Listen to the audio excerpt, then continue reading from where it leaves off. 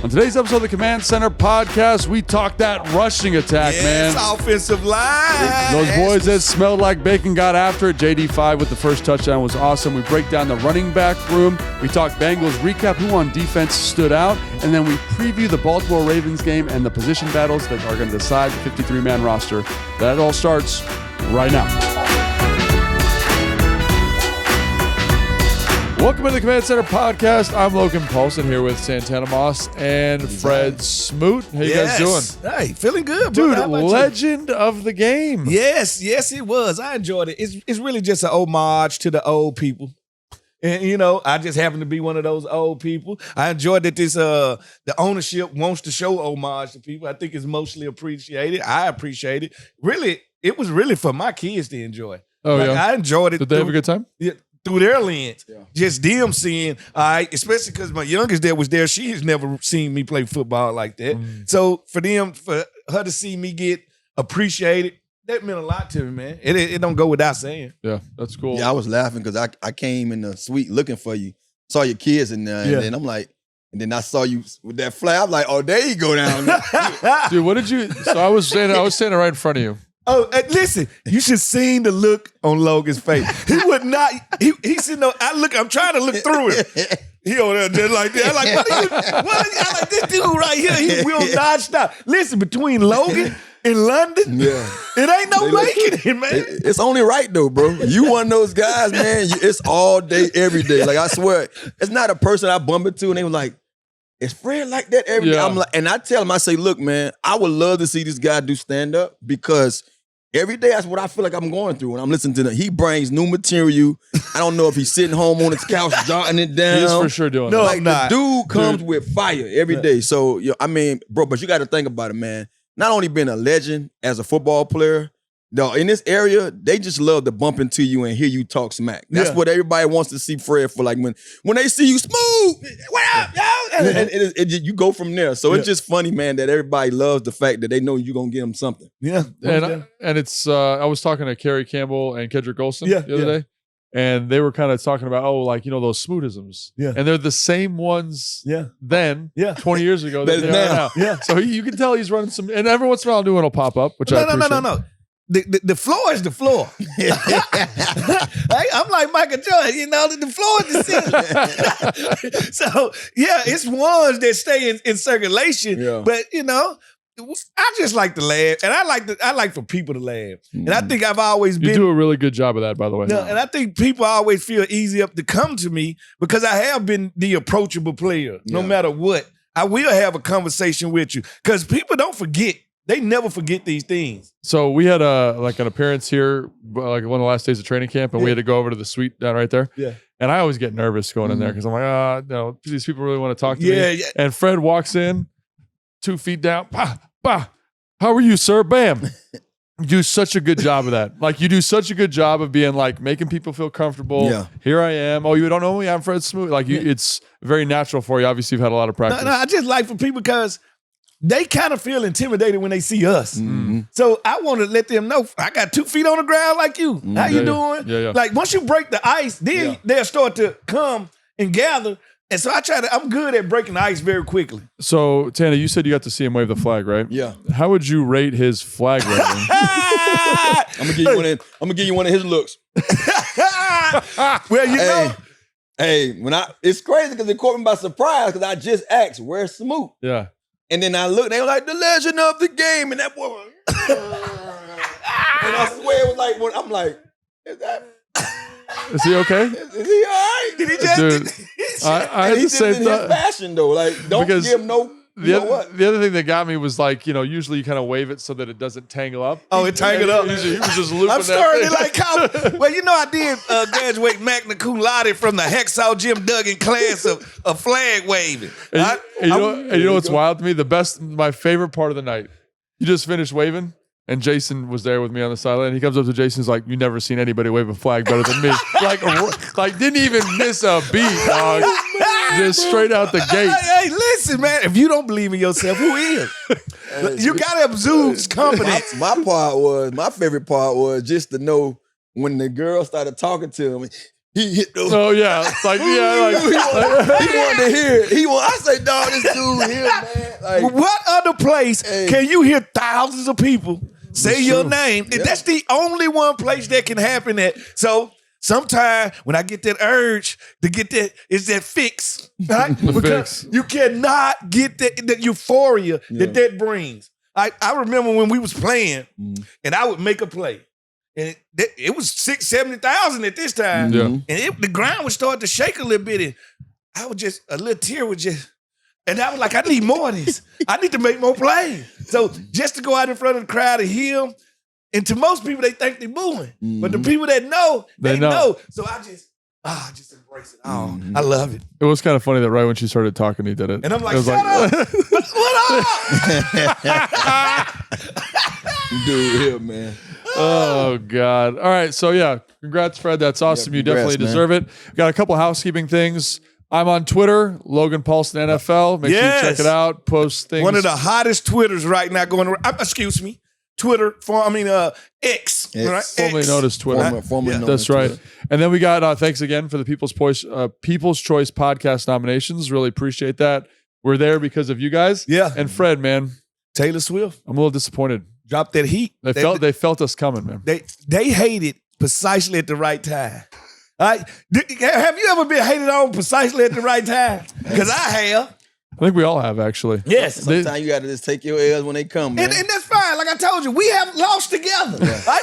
It's fine. All right. But listen, when I was sitting at home, going through my Instagram, I see these two brothers, Taylor Swift. I'm like, you gonna do it the week of? That's how I looked at it. I'm like, I gave it Smoot. And like, come on now. The week of voting. And it was like a cultural moment. Like it was everywhere. Women all around America paused. Yeah. You know what? They're Kelsey and the Swifts are home. Yeah. And guess what? I seen our dreams just crumble right there. And I said, you know what? I done got my eye black before. That's eye black. So you got to be more like me. I ain't have my hopes up high. Yeah. I say, surprise me. Yeah. Oh, that's what Taylor gonna do. Taylor say, I believe in looking up. I'm not gonna be trying to. So this is a good question for the fans. Obviously, Taylor Swift is one of the most famous people in the world. Is there someone we could have on this podcast that's a Commanders fan? What Commanders fan? Now I know they ain't gonna be on the level of Taylor. But not even a Commanders fan, because you got to think about it. She's not really technically a fan. She's in the family. Yeah, she married into this. So we just got to get a person that we can say that's from this area or all right, good. Or nearby that we can get that kind of move the needle a little bit, you know? What about Michael Phelps? No, the Fish Phelps can't do it. Dude, I mean, he's not. He's a Baltimore guy, right? A Baltimore guy, but DMV, you know. But I mean, she's a megastar. Yeah, like we got to be thinking bigger than that. I think. All right, when we got megastar, we got to bring Jordan back to the Wizards and tell him to come give us a sit down. Now I do know Jordan. Magic would be interesting. Oh, yeah, Magic, but he part of like ownership, so they'll be like he obligated to do it. So we need like somebody feel like I'm gonna do it because I want to be there. Martin Lawrence from the DMV. But the other one was Dale Earnhardt Jr., NASCAR's. Dale Earnhardt. We got Dale Earnhardt. I feel like we had him on a couple of shows, so I don't know like if they would look at it as, well, he's done shows with him already before. You know? Matthew McConaughey. Yeah. The old guy, Jeffrey Wright. Okay. The actor Jeffrey Wright. Mm-hmm. Who else would be?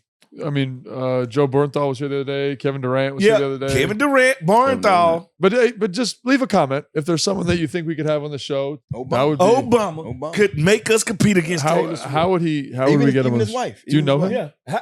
I don't know him personally. I've been around him. I don't know him personally. Obama? Yeah. I met him once. Yeah, I met him. Yeah. And because he was in DC, I actually did one of his. You know how they have like the whole presidential thing when they get ready to run for president, they have little parties here and there, like families who fundraisers, all kinds of stuff. Me and Sean Springs did one, and he was the governor in Chicago. Yes. And he literally sat there, had a square, talked to us about Chicago playing us that season. No kidding. And we ended up beating Chicago. And I remember me and Smoot, me and Springs was sitting there telling him we was gonna take him down. I mean, he knew X's and O's like it was. Like it was the back of his hand. I would love to just be a cricket in the room to see old Bluefoot in that type of environment, because this is his environment. No, that was his environment. This is his environment. Sean was in a suit. Yes. You know how I came. Oh, most definitely. fresh out the mall. He was suited and booted. I was in that thing in some. I think I had some. What you call those things? True Religions on. Or something. I had something on. Sounds about right. I look nice though.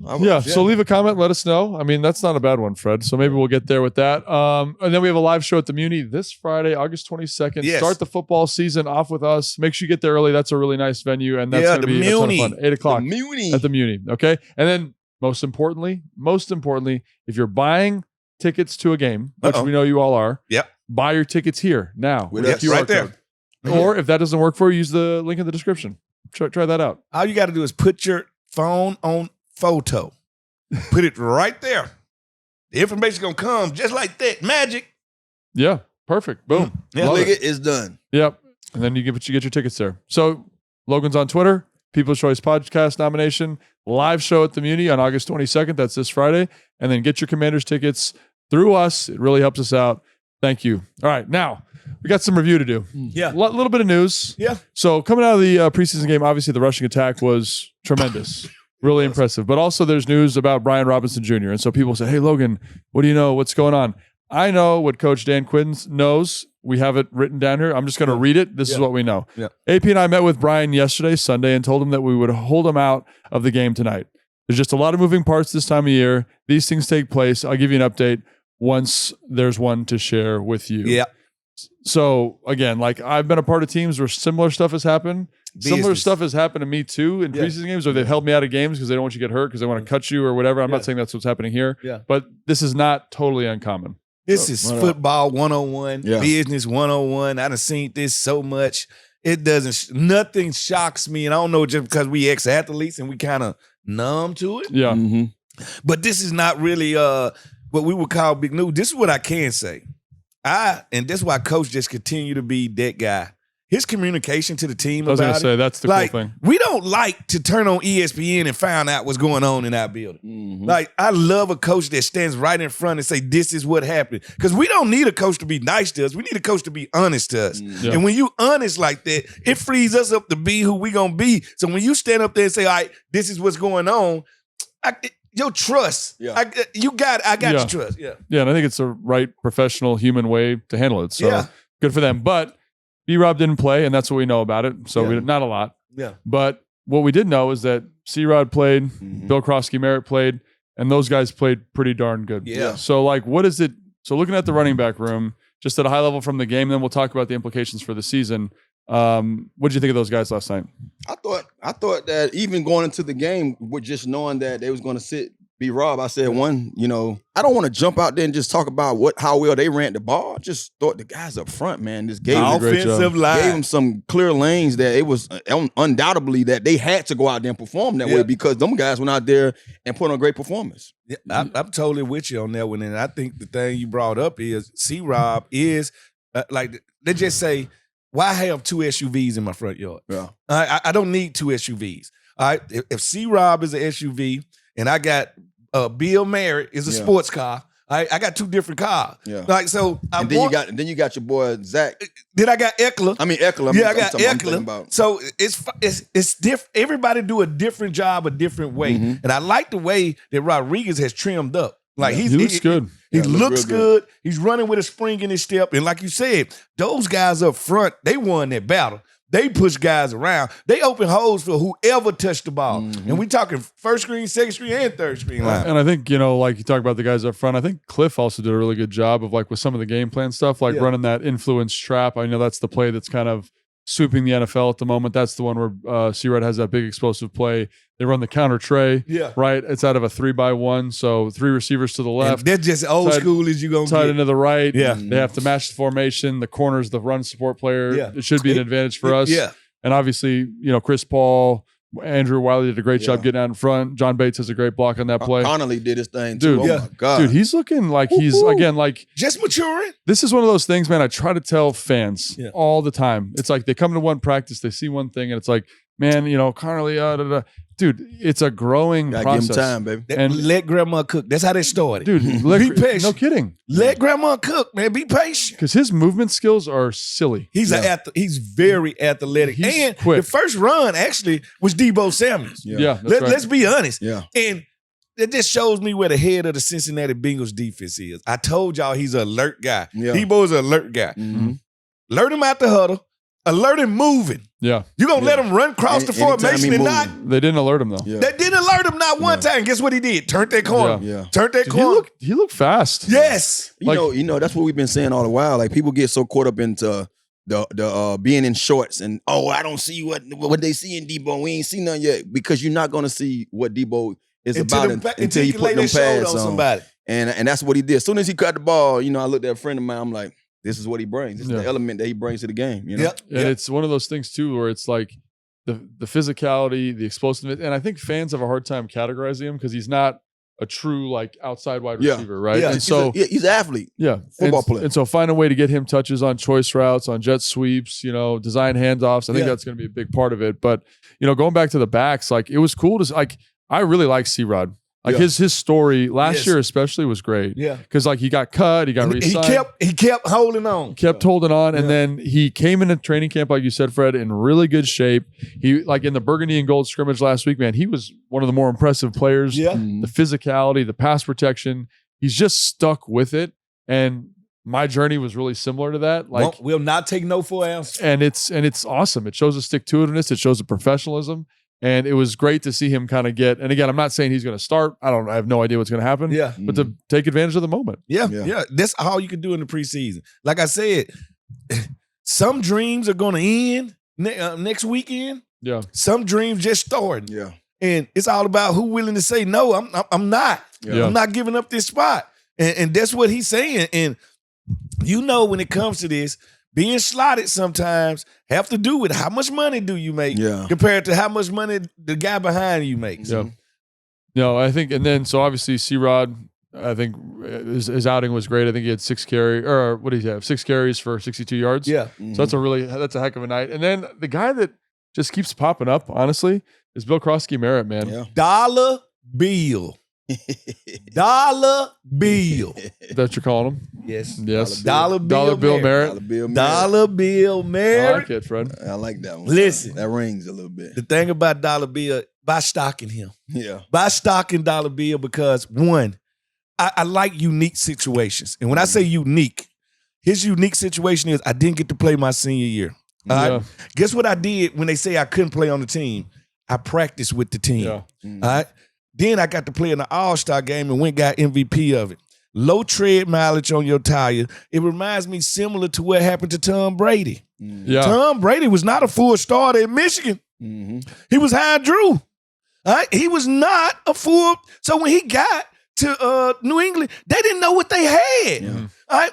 I think it's one of them unique, and I love unique situations. This guy got burst, low center of gravity, run behind his pad. He's explosive. I like everything he brings to the table. And he likes to answer the challenge with a smile on his face. Yeah. I really enjoy that. Yeah. No, I love it, man. I think one of the things that kind of led them to kind of, to going in the direction that they're in is because you have that kind of talent in the backfield, and he's young, and it gives you something that you kind of been looking for in your backfield. You know what I mean? So when you have that, you have, like I said, you have guys that come on kind of like fit the same mold. You want to say, I got to make room, and it's not. It's not I guess you can say anything bad for the one guy who they have to, who's going to be probably going out the door. Man left out. Hey, when you have a talent like you call him Dollar Bill, and you have the other guys out there which are younger, and you see a bright future with your team with them, you have to go out there and do what you do. I think I got to get me a shirt with a dollar bill on it with Bill face in. Dollar Bill with instead of George Washington. Yeah. That'd be cool. We had the George Washington hair on Dollar Bill. And I think I want to give you credit because I think you said it, or maybe Tennis said it, like Isaiah Pacheco. Yeah. Pacheco. I didn't see it, but when you see him in person, he's got that kind of high knee. Then it's that one vicious cut. Yeah, yeah. It ain't like he need to pity pat to it. It's a one stab and go. And I was like, this dude runs aggressive because it's two type of running backs. It's running backs that feather the ground, meaning their feet are not touching them, and they glide. Then it's the guy that tear ground up. Yeah, he's definitely a tear ground up. Yeah, he's a tear ground up guy. Put it like this: if he was a deer, we could track him in the woods, no problem. No problem. We could track him. Now, but I've seen too, and I ain't mean to cut you off. When you watching these guys, you can almost see the training camp in them. Like I'm watching them run, and I'm like, them legs are kind of like beat Heavy. up. Yeah. But it's training camp legs. Like, and I'm like, they bursting, but they ain't giving us that week 1 burst that we want to see. So for them to go out there and look that good, knowing that they just went through the vigorous practices, throughout these last few weeks, it was great to see. You know? And the other thing I just feel like I have to say is with Bill Krosky-Merritt, he's done a great job in camp. He's done a great job in the preseason, but I think it's just an important reminder that he's a rookie still, and there's still a little bit of development that needs to happen. Like, a lot. You know what I'm saying? Like, there's a couple runs in there where you're like, oh, don't bounce that. And that's going to happen with young players. So I feel like I got to protect him a little bit, because fans are like, oh, he's going to be the next so-and-so. But it's like, he's a good player. Yeah. He's still got some growing to do. And I just feel like we just got to. I also want to tell fans this because I hear this. I love sports radio, but sometimes I do sports radio, but sometimes I can get nauseous. All right. Yeah. I'm so tired of hearing he's a 7th-round draft pick. We shouldn't expect nothing. I'm sorry. This league is not about where you get drafted. You cannot pick somebody's value by what round they went in. My value is about who's on my team and what can I bring to my team. And it don't matter when I got drafted. Because I hear it all the time. We can't expect nothing from a 7th rounder. Yes, we can. Because I have expected something from undrafted free agents. It don't matter how you get here. It matter how you stay. Yeah, and he's definitely making a good impression. I think the other guy that, I just love watching him practice. I love his process. I love his professionalism is Jeremy McNichols. Yeah. Like, he just is like a pro's pro, man. Yeah. Like in pass protection, he runs hard. He plays teams. Like, and Cliff said this, like, so he's talking about the depth of the running back room. He's like, all 6 or 7 guys in there have a place in the league, right? They all have dynamic traits, all have things they do really well. Guys, when they have their opportunity, have played at a high level. It's a deep group, and we just got to see how it shakes out. I think that is so first off, that's very kind. Like when a coach says, hey man, like we've got 6 dudes that'll play that deserve to play in the league. I think that speaks to. That goes a long way because these other coaches out there, they listening. Right. And I always tell people, everybody an injury away from being on a roster that they had no idea that they think they was going to be on. Yeah. So I look at McNichols, and he's been himself. Yeah. He's done nothing, I think, to consistent. Yeah, very consistent. And you look at that room, and I think you said this, Fred, like you get just those 3 guys right there that are kind of similar versions. Like, but they each have like if you're looking at the Madden rating, they're all pretty close. Yeah. But C-Rod's got the power, Bill's got the burst. Yeah. And then you look at Austin Eckler and his ability he to got catch the wiggle. Yeah. But they all play special teams too. Yes, that is true. Listen, they all play That's special huge. teams. It was only one guy in that running back room that didn't play special teams. And I think that speaks to, again, even the back, like Kaz Allen and Felton, like both those guys. They are tweeners. Yeah, they catch the football well. They play teams. So it's a really interesting, really deep group. Maybe it doesn't have like the high end. The high end, But I think you make up for it with the offensive line. With committee too. You win by committee. Yeah. I think the committee thing's excellent for sure. So that's the running backs. The other thing I wanted to just talk about here real quick is Deebo Samuel's role. Yeah. We got a little taste of it. We talked about it a little bit. Like, it seems like, so just as an example, like if the running backs directly get, I don't know, 15 carries in a game. Yeah. Right? Or 17 carries. Debo's getting. He got to just get touches. He got to get. I've been saying that about touches with him. He got to get a huge volume of touches. Like you got to say to yourself going into the game, I got to give him at least 15 attempts. Yeah. Yeah. And no matter how those attempts come. Don't hide. Don't pass run. Yeah. Pass run attempts. Yeah. Because he's your joker. Yeah. He's your joker out of here. Card. And guess what? Everything he could do, Felton and Kaz Allen can do. Yeah. Like, from play slot receiver. Yeah, but he's a more proven entity. Yeah, he's a more polished. It's a different level. Yeah, I got what you're saying. A vehicle, but the same type of vehicle. Yeah. Yeah. So I'm excited to see what he does. And then I think you said that Debo was the joker. The ultimate joker to me is JD5. Yeah. Right? He's something to be answered to. Like, because he's going to get touches in the run game. Like, dude, can we just talk about the touchdown real quick? Like, they're in man coverage. They're in drop 8. Yeah. So nobody was open. So they drop 8. So there's a plug. There's a middle high safety. There's a plug player in the middle of the field. He works through his progression. And like I said this on another show I did, but like everyone's been freaking out about the man coverage in practice. Like if you play man coverage, you will get Daniels, beat. Like your back's to him. No, don't you ever do that to a running quarterback. Yeah. And so he just by him being on the field, he's going to regulate what you run. Yeah. Like, and guess what? The older he gets, bite ride, the older he gets, the more he not going to have to second guess how they attacking him. And every time, it never fails. I remember I played against Mike Vick when we were younger. Peerless Price wide receivers. Oh, yeah. Yeah, they had this group of wide receivers. Me and Chad were like, don't you worry about that. We got there. They were like, we're going man to man. I like, oh. I like, that might be a mistake, coach. Why you think that, Fred? I like, cause we playing Michael Vick. He was like, long as y'all take the wide receivers out, we're gonna put everybody in the box for Warwick Dunn in this running game. I said, okay, do what you want. I remember running on the go route with Peerless, turn around, and Mike Vick running right beside me. This is why I say don't play man against him. Because if we were playing zone, I could have probably helped make that game tackle 10 yards ago. So you're going to pay the price when you, one, play against a quarterback that know how to read coverages. Two, a guy that can take off in a drop of a dime like that, he will break the wheel of your defense. Yeah. Yeah, so obviously that was kind of, I think, the bright spot of the offensive game plan was the offensive line. I'm glad you brought that up, Tana. The run game, and obviously Jaden Daniels scoring. Now let's talk a little bit about the defense. Anything you wanted to kind of just high level? We'll start with the defense. Yes, the big nasties up front, Wise, all the rest of these guys. Yeah, they was on Joe Burrow. Yeah, that goal line stance too was pretty phenomenal. Quan Martin making it. Quan might be stepping to. Told you that I'm ready for the Pro Bowl. I told you that E Reed coming out of him. That Eddie Kane coming out of him. It looked like everything just slow for him now. Like it just nothing's moving fast. We had an in-game interview with him, and he said like he feels super comfortable because this is the position he played coming into college and his first couple of years of college. So he actually thinks of himself as a safety. Yeah, most definitely. And he should. Like his mental is meeting his physical, and now he's ready. But when I see that defensive line, the things they was doing to Burrow, like I only wonder how Cincinnati fans feel because they had to been watching that game. Like, what are we doing? What are he doing? Get down. Get down. Get out of the game. Like, I enjoyed what they did, flipping him on his neck. Yeah. Like, they was on full attack of Joe Burrow. And so we won the trench warfare yesterday. Yeah. And when we was on the field, now we always talk about how big Kinlaw is. We talk about it. He's a big old haul. Big old haul. But that Amarius Mims. Dude, Jason and I were just talking about that because he was on the sideline with me for the game.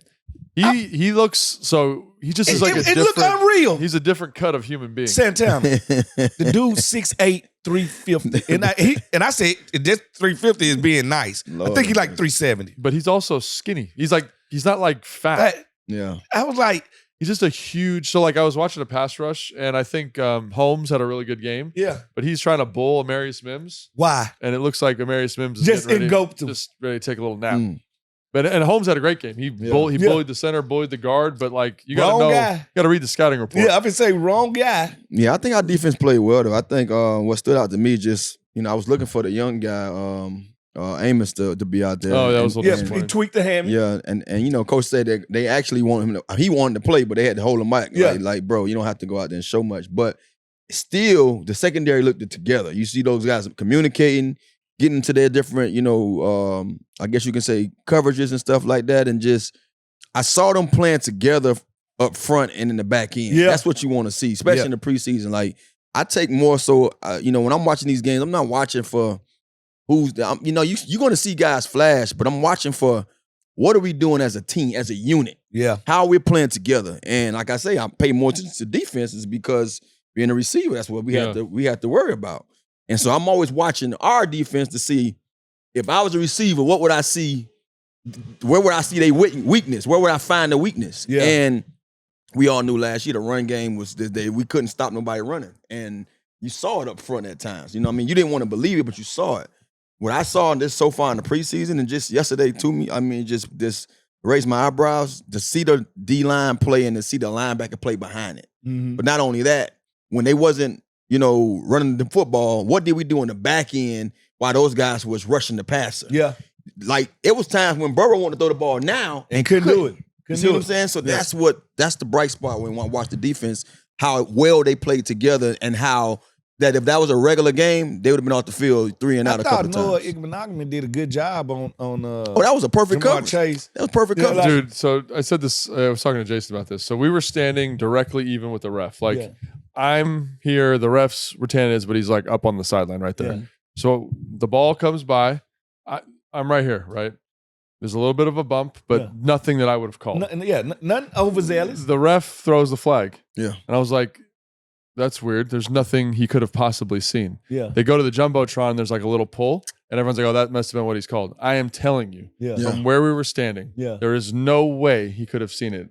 So, like, for me, it felt kind of like... And I enjoyed seeing Noah get up to that challenge. This is the best wide receiver in football. Yeah. Right? And so, like, that penalty obviously gives him free yards, extends the drive. And we still almost got a 3 and out. Did they have to go for it on 4th down? They did. They went on 4th down. Yeah. But you also got to think about this, too. And this is like I think it only happens to us. And like I say, this is preseason. And those things could be called. But if that's not Burrow, we don't get that horse collar call because it went really a horse collar. He got him on the shoulder first, then he put his hand on his back, which technically I don't think I saw him go in the collar. Inside the shoulder pad, He went in the shirt. And then so inside, outside of the pocket. It could go anyway. Yeah. So that one. Then the fumble one, when the ball is not in your hand, but you still push it out. He fumbled it. That's a fumble. So that's us. You know what I mean? And then the one that you talking about that bump. I'm like, is this preseason? And are we home?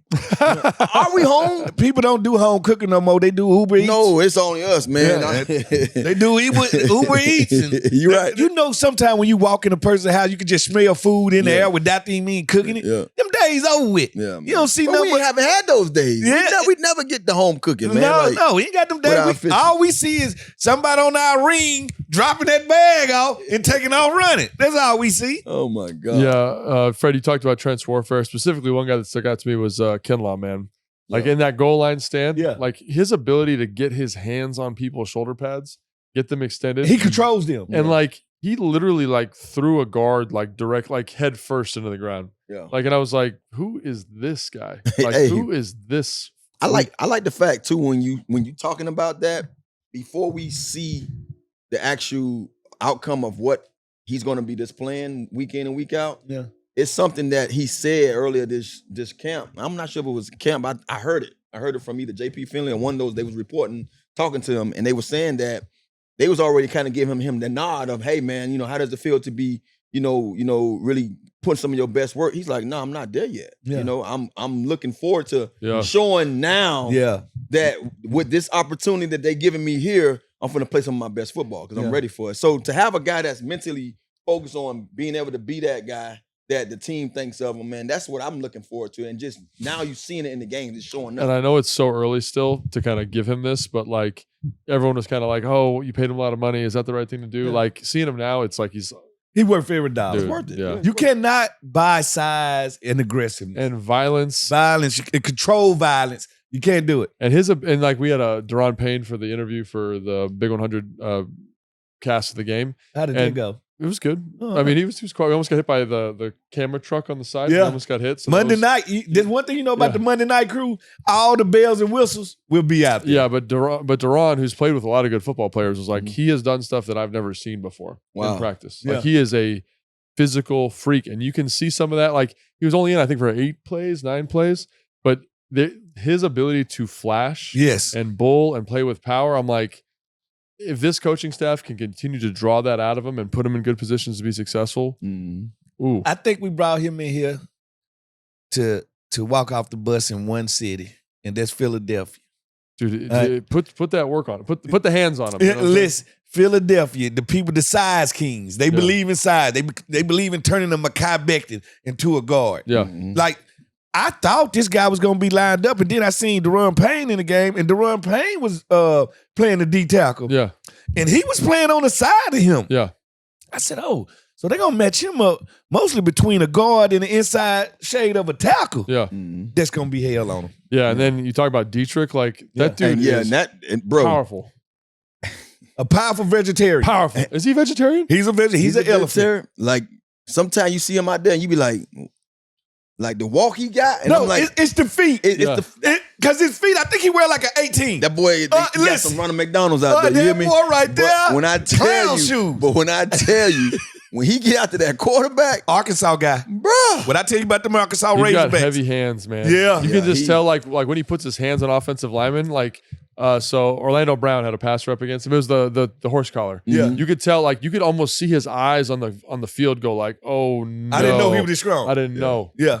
And so like having that guy in the Rolodex, and then Dorrance Armstrong, man, for whatever reason, when you line him up over a guard, he's like unblockable. He feasts. They igniting him. No, I think it's his quickness that they cannot handle. The other guys have really opened things up for him. And he gets skinny at a high rate. He know how to turn his shoulders. And his bend. Yeah. And once he turn his shoulder and start to reach out, his reach is what he uses to his advantage. So Armstrong, and then like you still got the Jazon Newtons. You still got like so many dudes in this pass rush rotation. Yeah, it was, and then like the flexibility that you have with Frankie Louvu, like when he's playing that end, is he blitzing? Is he at a fire zone?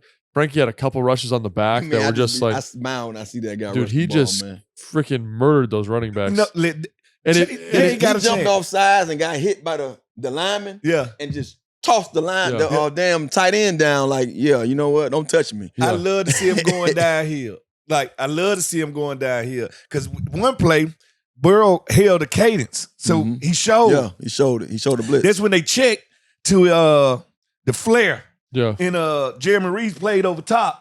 Made the tackle. Great play by him. Yeah, I would say Jeremy Reeves. Yeah. Jeremy Reeves just saying, you know what? Revo. I know I'm a special teams ace. Yeah. But that was a hell, like that tackle. Yes. That was unbelievable. That's what you want right there. Yeah. But guess who really made that play was Frankie Lou. Yeah. Because they know when he's going downhill, the Tasmanian devil stops at nothing. Stops at nothing. Yes, Lord. But swap that paint. Yeah. And so obviously you can tell we're excited about what we saw. And like when I'm on the sideline, it sounds different. Like you always say, you got to hear a defense. You got to hear a defense. They communicate so much better. They're so much more aggressive. And people are like, oh, but they gave up a touchdown. It's like, yeah, but they had a penalty on fourth down. Yep. They had a kind of a ticky-tack pass interference call. They did two fourth downs. They went for them. Yeah. And so that group, the energy feels different. Yeah. It feels exciting. And again, like hopefully they stay healthy.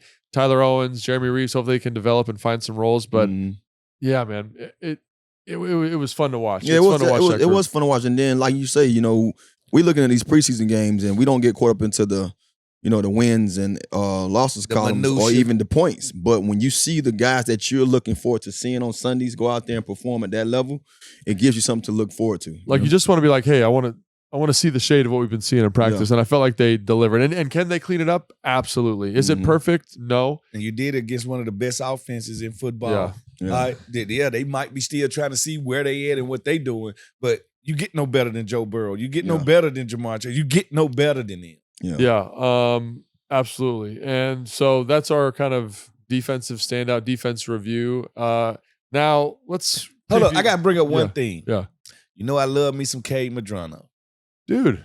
Yeah, he's actually playing some decent ball. He's playing some decent ball, but I'm gonna call him out on this one play. After they got the sack on Burrow, I think at the 1 yard line. You know which one I'm talking about? Yep. They ran that downhill. It wasn't the lead. Yeah. It might have been a zone. Yeah. And Cade jumped it. Yeah. And probably could have got a safety.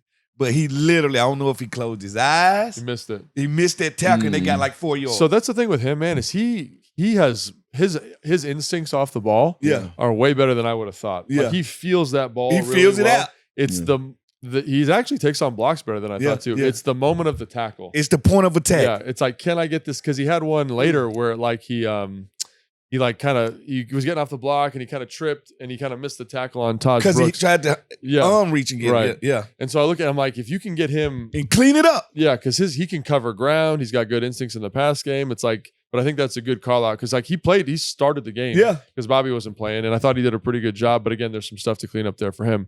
But heading into Baltimore, let's talk about this because we don't really know who's going to play. I don't know. I have no idea what they're going to do. Another good test. Yeah. Right? We just played one of the best offenses. Now we playing one of the best, let's be honest, all-time preseason teams all time. Yeah. Right? They take it very seriously. All right. And this is for the 47th spot, the 53rd spot. Yeah. This is where your teams tell you who they are, what they are. This is perfect. All right. This is your twos against my threes against your two. Let's see who got the best backups right now. And I think we're going to give them a challenge. And I'm sure Coach Quinn is going to crank them up and show them that, hey, we need to take this seriously, like very seriously. No, I think that's exactly right. And I think this is going to be, because the thing you said at the top of the show, Fred, is like, am I going to be an NFL football player? Am I? And this is the game. And so I just kind of want to say, like, a couple battles, if you're a fan at home, to keep an eye on. Yeah. And I guess I'll head this off. Like, so for me, what I thought that was going to be, we're going to be talking about, but I don't think we're talking about anymore, was basically that 8th offensive line spot. Yeah. After Chris Paul played in this game, you feel like it's locked, dude. He played is playing well, man. Like this coaching staff has did wonders with him, and you see him like it's always. You know, we talked about Dietrich Wise, his strength. Yeah. Like Chris Paul's hand strength. Yeah.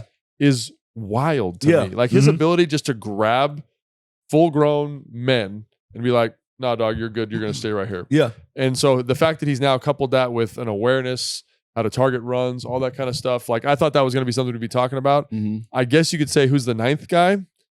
Is it Dieter? Is it Good Jones? I think it's whoever is got the most versatility. It might be Dieter. Yeah. That it might be Dieter. And then it's also now with the expanded practice squads, like maybe one of those guys gets the practice squad. But they go to chance about. How many guys do you get to keep on practice squad now? 15. 15. All right, but the problem, but the problem is they got to make it through waivers. And other teams are quick to know. Yeah. I'm bringing them in. I don't know the exact thing, so I'm going to butcher this, but if you want to know specifically, look it up. But basically, you can carry like 4 veterans that are more than 4 years experience. You can carry 5 veterans that are 1 year experience. You can carry 10 rookies. Yeah. You know, and so you can fill all those spots, but they kind of have to fit in those buckets. In the norms, right? Yeah. So I guess another spot, Fred, maybe you could give some insight on that. Or this is maybe one of the more interesting position battles, and I'm hoping someone kind of grabs it here, is the receiver spot. I could not tell you anybody who stood out. I say Brooks is the only one that kind of like stood out. He right? stood out amongst. Amongst all the other guys, McCaffrey. Brooks. No, I think McCaffrey probably makes it because of the draft. There's 5. I think McCaffrey's here regardless because he's a. How many do we he's keep? A project.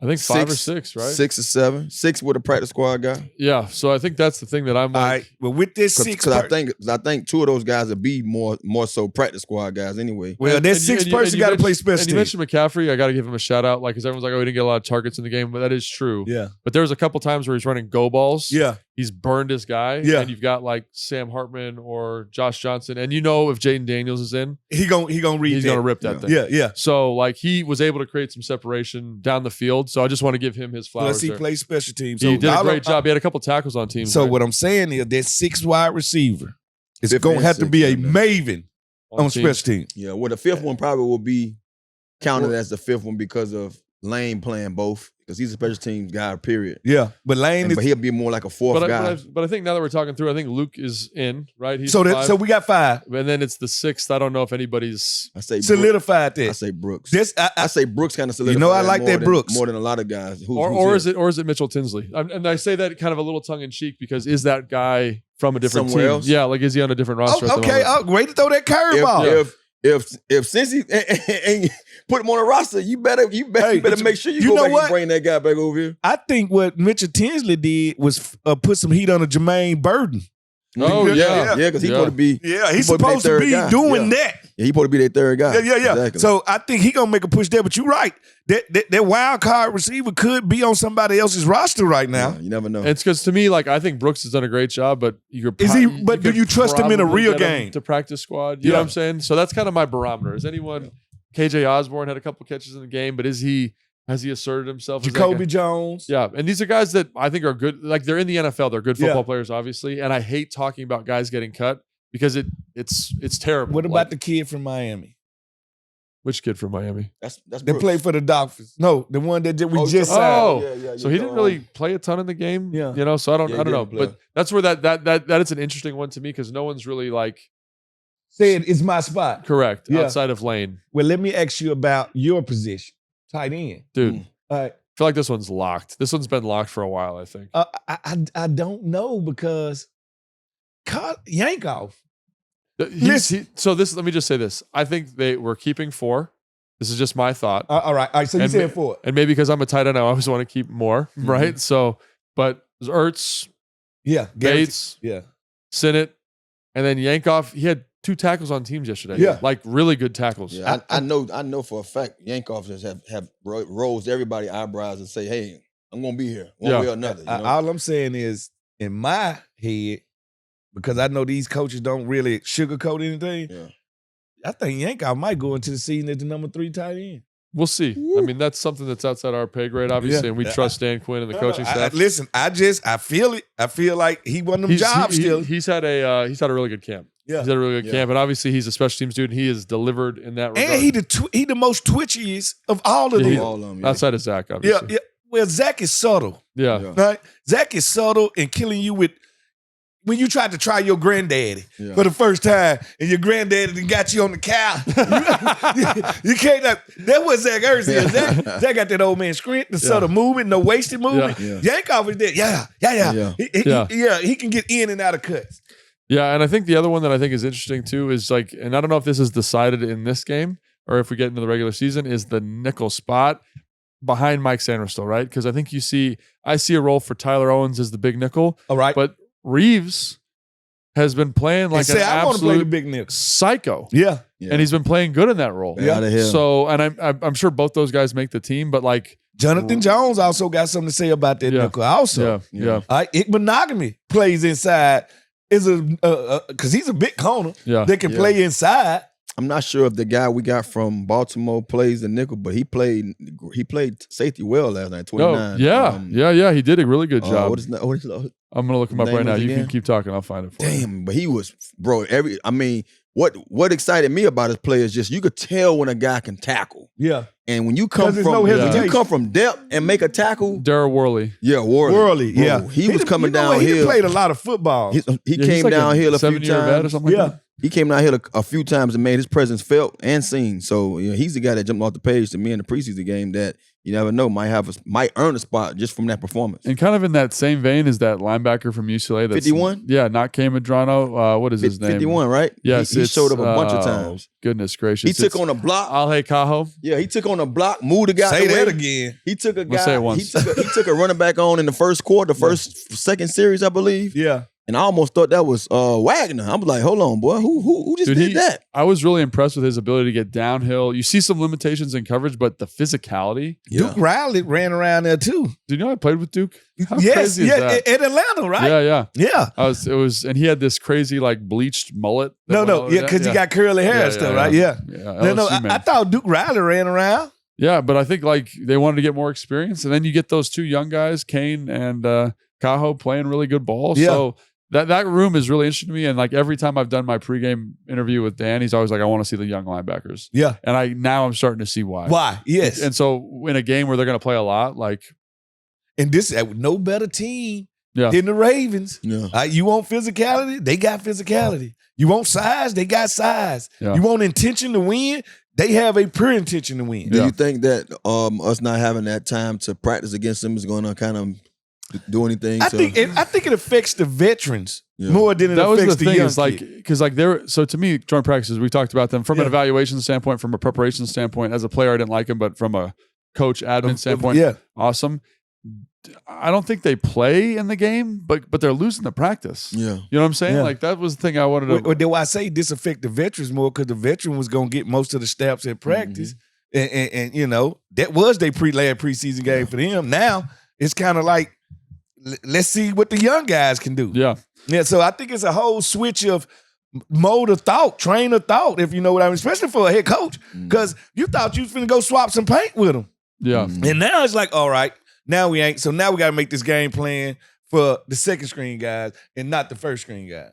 Yeah. And I'm a little disappointed because I don't think Jaden's going to play. And I really wanted to see him play some more. Not because he needs to play. Yeah. It's because I like watching him play. I would say, I ain't never wrong with that. I just like, it's just like a little kid. You get to watch like really good football. Like I want to see that. Yeah. And we may not get it in the third game. Well, listen, I tried to watch Star Wars the other day, and every time I seen Luke Skywalker, all I seen was Jaden face on it. I can't even watch no more. He is the Jedi to me. Yeah. So like part of me is like, I hope he plays because I want to watch him, but also I get if he doesn't play. Because I don't want to see Mike Green, that rookie. Yeah, he's playing well. He's an edge rusher for Marshall, yeah. Yes, the one that took out Anthony Richardson. Dude, yeah. No, that was a day, but he had a good game. That was Odell? Yeah, try to say that one. Yeah, that's what I'm saying.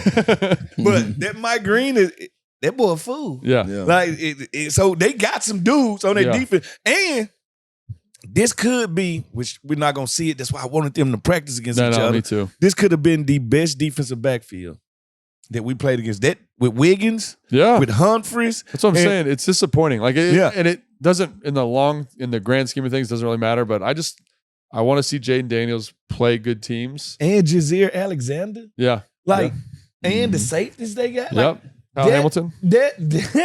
That's why I want to see them practice against each other. Yeah, right there. I want to see them practice against each other just for that reason. So we don't know what's going to happen. Maybe they're not going to practice against each other. Maybe the veterans play a little bit. Seems unlikely, but we'll see. But yeah, a lot of position battles to keep an eye on, and we're really excited for that game. And because this is the game that decides who's an NFL football player. Yeah, who's going to make the 53? Who's going to make that 70-man practice squad roster? But until Friday at the Muni, August 22nd, that's going to do it for Day Show. So my partner can live the dream. Wingman